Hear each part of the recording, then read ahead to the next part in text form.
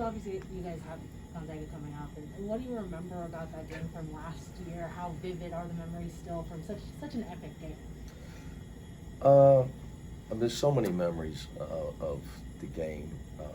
Walking out to coach the Final Four in gym shoes was a little weird to an empty arena. But there's just so many things. Look, Mark and I, fortunately, through a turn of events with our multi-team event, both of us we're going to be in New York.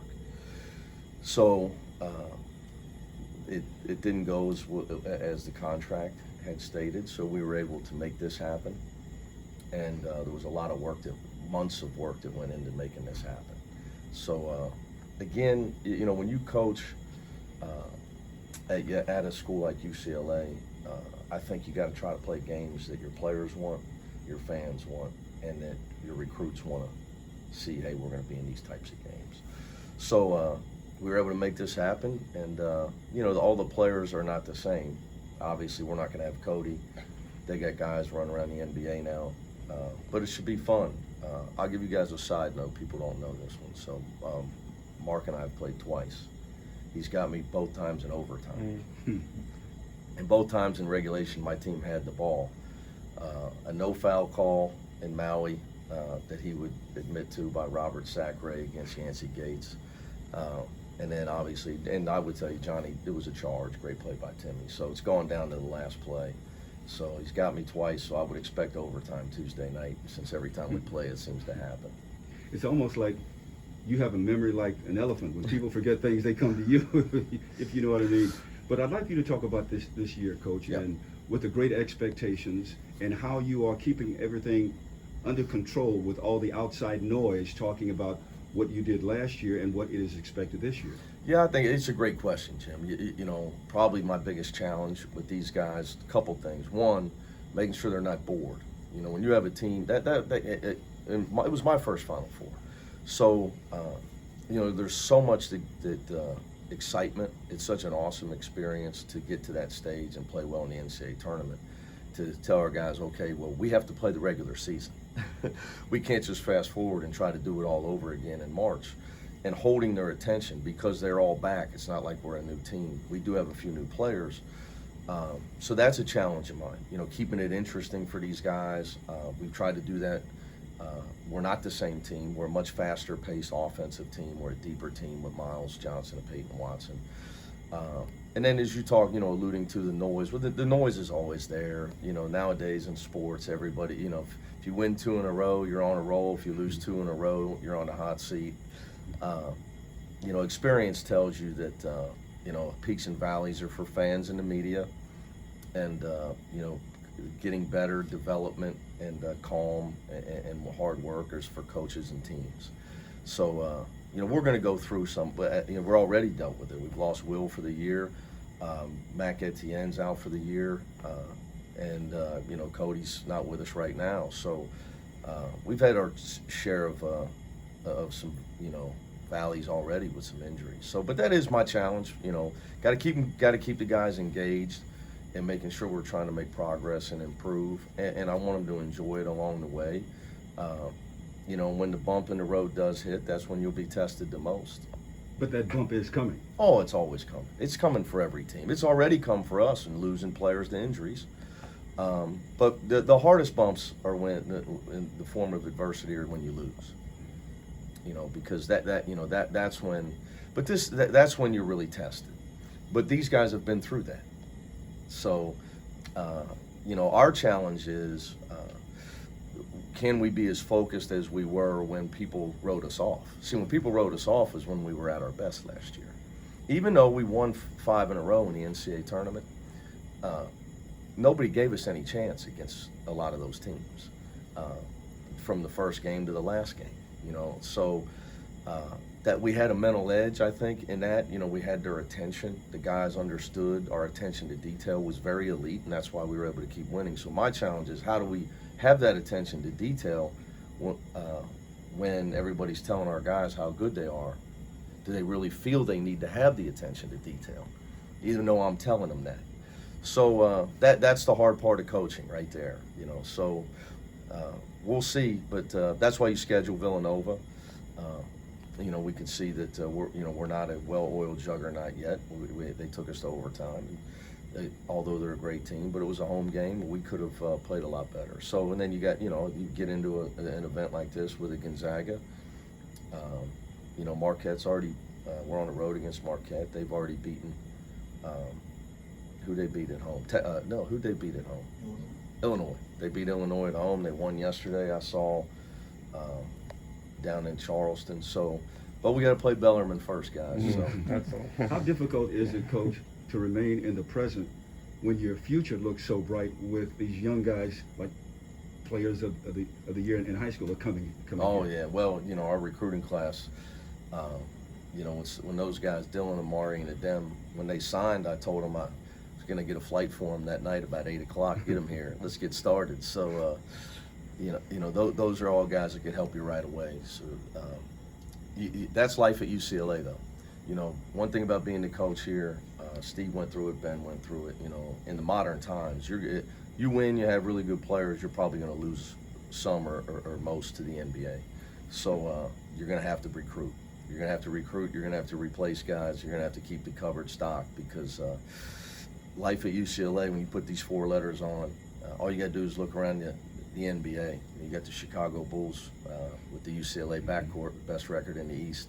There's, Drew Holiday's hoisting an NBA championship. So there's the NBA. One thing about NBA people, I think they draft certain players, but if you look at the history of the UCLA guys, they've done really well. So I think it helps our guys in the draft. And so you got to make sure you're recruiting to replace those guys. What do you think of Chet Holmgren? What do you see from him on film? How do you kind of deal with a guy like that? Well, I've seen Chet play in person in the AAU and the summer scenes and all that. Right now in his career, defensively is where, like Peyton, defensively they're ahead of where they are offensively, because college defenses are so good.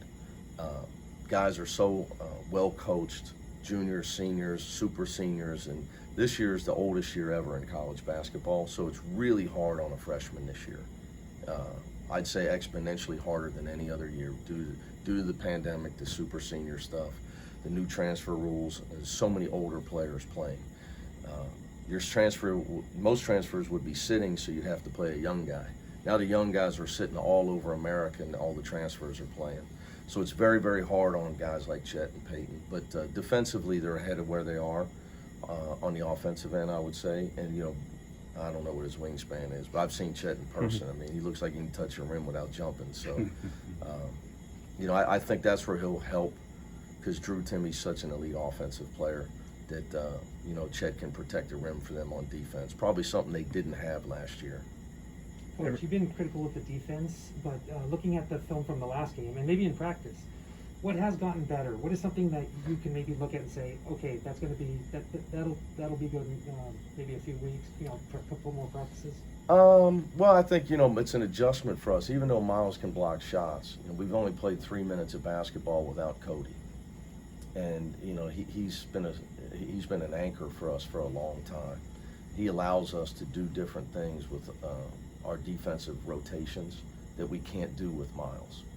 So we've had to kind of change a little bit of who we are when Miles is in there. So that's an adjustment for us. But I'm never happy with the defense. By now you're used to me, Mike, right? I mean, I'm never happy with our defense. So, and another part of it is for me, it's that we're trying to play. We are playing much faster, because we have the talent to do it, and it behooves us to play much faster. But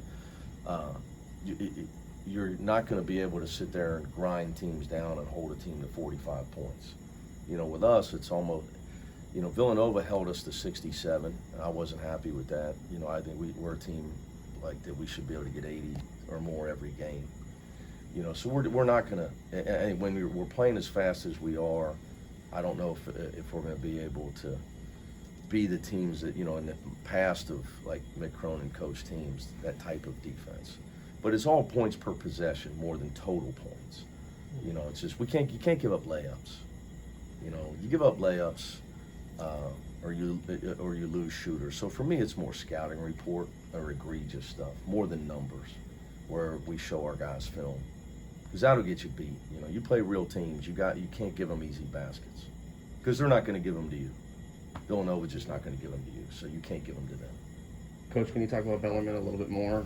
Yes. Just the fact that it's a back-to-back game, 2 nights in a row. I mean, Absolutely. is that more Well, more the challenge, if anything? Yeah, you need to call Coach Davenport. I'm one of his top donors at Bellarmine. I have my name on a locker at Bellarmine. They redid the locker room a few years ago, so there's a Mick Cronin locker.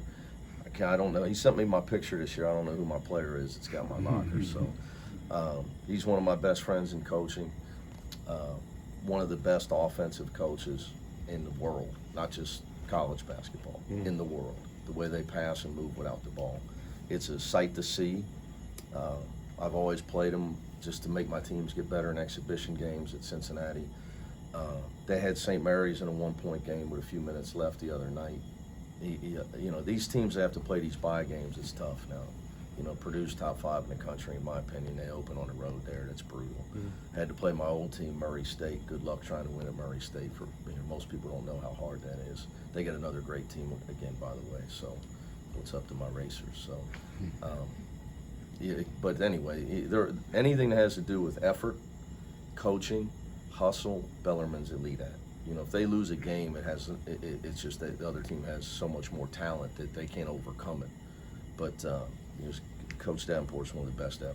So that ball movement you're talking about, is that going to be that you talk about rotations? Is that where Yeah. you feel like that's going to be like the It's the litmus test, so to speak? It's the ultimate test of their player movement. It's not just ball movement; it's player movement. You know, what they do is they press you on offense. You know, most people think, how do you press? You press defensively, right? You're picking up full court and all that. They press you by making you chase them with their cutting and their passing. It's not just passing; it's their constant movement of their offensive players. So they make you chase them. So somehow, you know, and there's really no way around it. So it's an ultimate test to your defense. Coach, how difficult is it to maintain what you're trying to right now when you hear people talk about the past? Yeah. And what UCLA did with John Wooden, and now you're bringing that back?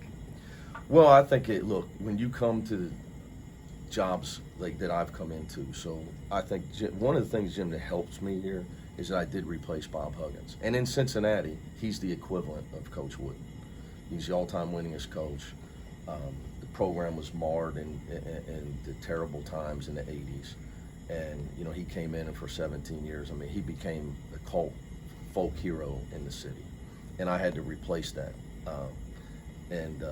You know, he didn't retire. So he was forced out, so people were not happy. So I have a lot of experience, you know, having gone through that.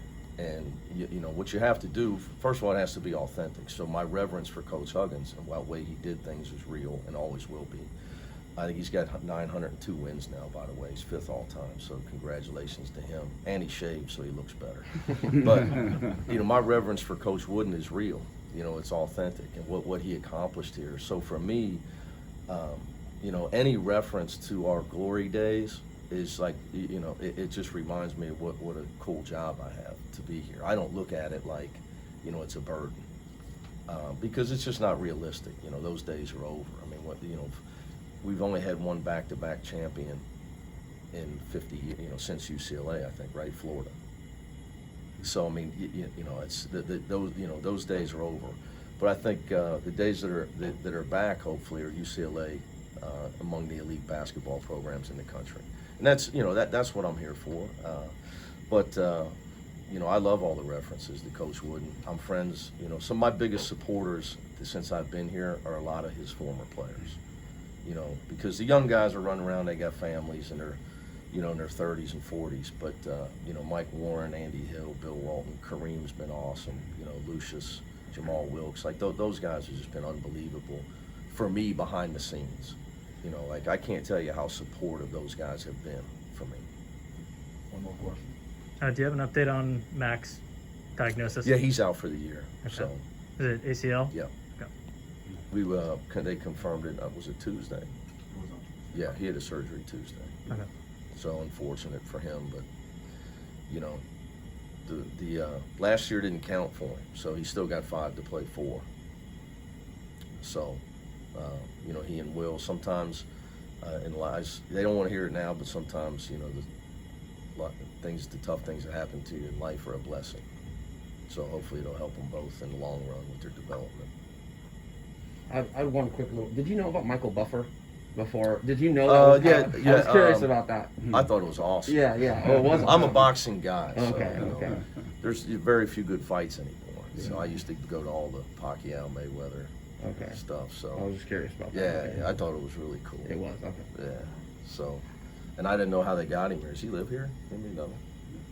That Great surprised job, me. Art. Great job. Yeah. Great job over there. Great job. Yes, great job.